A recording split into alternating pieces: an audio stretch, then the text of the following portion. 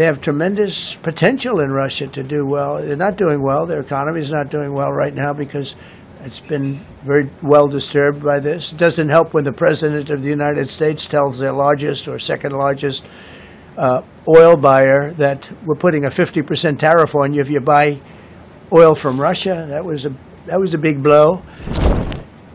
But I'm going to meet with him. We're going to see what the parameters are. I'm then going to call up President Zelensky and the European leaders right after the meeting, yeah. And I'm going to tell them what kind of a deal. I'm not going to make a deal. It's not up to me to make a deal. I think a deal should be made for both. I think Russia has to get back into building their country. It's a massive country. I think they have 11 time zones, if you can believe it. It's a massive, it's by far, from the standpoint of land, it's by far the largest.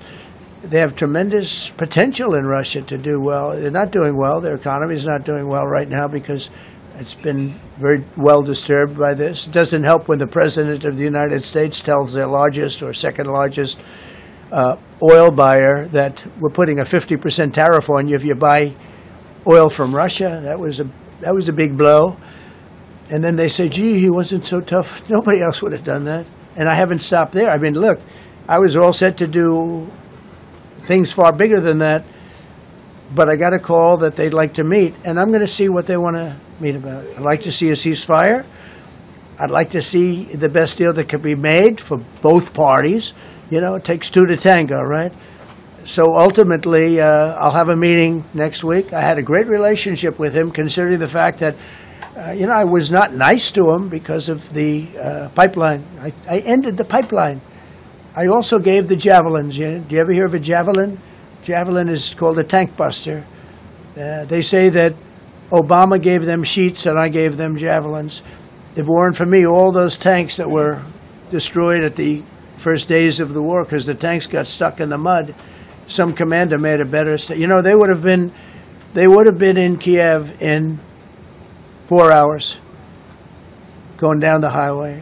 But a Russian general made a brilliant decision to go through the farmland instead. And they just had torrential rains, and the rains were so bad, and it was mud, and those tanks got stuck in the mud. I don't know who that general is, but knowing Vladimir, he's probably not around any longer because all those tanks were stuck in the mud, and they went along with the javelins. I gave them the javelins. You know that, right? I gave them javelins. They gave them sheets.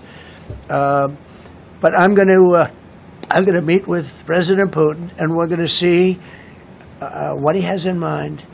And if it's a fair deal, I'll reveal it to the European Union leaders and to the NATO leaders and also to President Zelensky. I think out of respect, I'll call him first, and then I'll call them after. And I may say, lots of luck, keep fighting, or I may say we can make a deal. If not, I will tell you this. I've seen a poll coming out of Ukraine. 88% of the people would like to see a deal made.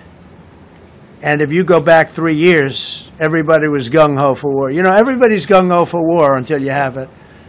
It's an amazing thing. I had it with a couple of countries where I couldn't get a deal done with one particular country. And I just couldn't. The guy's great. He's a friend of mine. Great. Good leader. Tough as hell. I couldn't get the deal done. And then he went into war for a short period of time. You know where I'm talking about. First term. And it was nasty. Guys being killed all over the place. And he went through 1 week of war, and I was able to get the deal done. He said, this is nasty. Yes, please. Yeah, just to follow up.